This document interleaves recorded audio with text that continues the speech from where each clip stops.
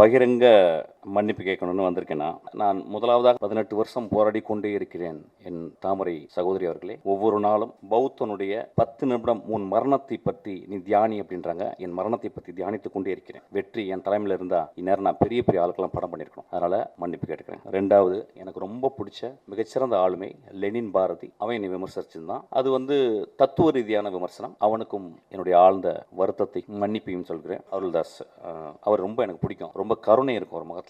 அவர் கூட ரொம்ப நாள் ஒர்க் பண்ண நினைச்சேன். ரொம்ப கஷ்டப்பட்டு பெரிய பிரபலமாகவே ஆயிட்டார் என்னை திட்டி ஆக்சுவலி. அவருக்கு என் மன்னிப்பை தெரிவித்துக் கொள்கிறேன். அதுக்கப்புறம் சசி அண்ணா என்னை கூப்பிட்டு நேற்று நைட் இரவு கூப்பிட்டாரு. உன்னை ஏன்டா நான் அடக்கலைன்னு சொன்னார். அந்த அன்புக்கு நன்றி. அவரிடம் மன்னிப்பு கேட்குறேன். லட்சுமி ராமகிருஷ்ணன் என்ற ஒரு 3 நாளாக பேசிட்டே இருக்காங்க. நான் பேசவே இல்லை. எனக்கு என்ன பேசுவாங்கன்னு தெரியும். என் தாய் போல அவங்களுக்கும் நான் மன்னிப்பு கேட்குறேன். மிகச்சிறந்த படத்தை கொடுத்து என் தந்தை போல இயங்கி கொண்டிருக்கும் திரு தானு அவர்கள் அந்த படத்தை எடுத்துக்கும் போது இந்த மாதிரி ஒரு கான்ட்ரவர்சி பண்ணும்போது ஒரு ப்ரொடியூசர் அவருக்கு பாதிக்கும். வருத்தத்தையும் மன்னிப்பையும் நான் கேட்டுக்கிறேன். என் மேலே செருப்பு எரியணும்னு சொன்ன ஒரு நண்பர், அவர் தயவுசெய்து 2 செருப்பாருங்க, அது 8ஆம் நம்பர் எறிங்க, என் காலுக்கு அதான் சைஸு. அவருக்கும் என்னுடைய வருத்தத்தையும் என்னுடைய மன்னிப்பையும் நான் கேட்டுக்கிறேன். இப்போ நான் பேசலாமா? ஃப்ராய்டு ஜோக்ஸ் அண்ட் அன்கான்ஷியஸ்னு ஒரு புக் எழுதியிருக்காரு.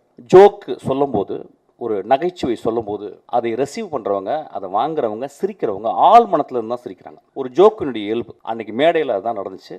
அமீரிடம் அதுக்கப்புறம் வெற்றிமாறன் மன்னிப்பு கேட்குறேன். நிறைய பேர் அவங்க 2 பேரையும் திட்டினாங்க. அதாவது முகம் சுளிக்கிற மாதிரி பேசுறதுக்கு அவங்க சிரிச்சாங்கன்னு சொல்லிட்டு, அவங்க சிரிச்சதை விட மேலே இருந்த எல்லாரும் கீழே அந்த பத்திரிக்கையாலும் விழுந்து சிரிச்சாங்க. அது அந்த வீடியோவில் இருக்குது. அதை நீங்கள் பார்க்கணும். ஒரு ஜோக்காக தான் நான் மீன் பண்ணேன் ஆக்சுவலாக.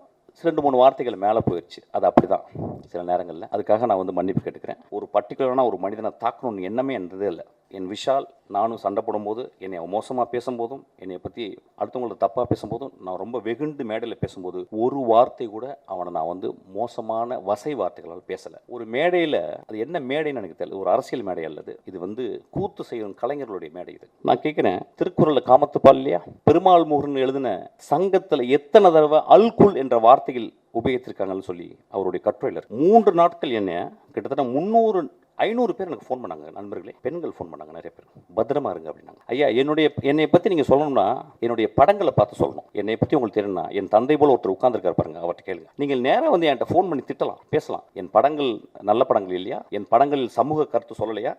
என் படங்கள் பேரன்பு இல்லையா? படங்களையும் மனிதர்களையும் மனித இனங்களையும் பிராணிகளையும் இயற்கையும் நேசிப்பவன் ஐயா. நான் உங்கள் முன் மண்டியிட்டு மன்னிப்பு கேட்டு உங்களை எல்லாரும் நான் கடவுளாக்குகிறேன். நன்றி.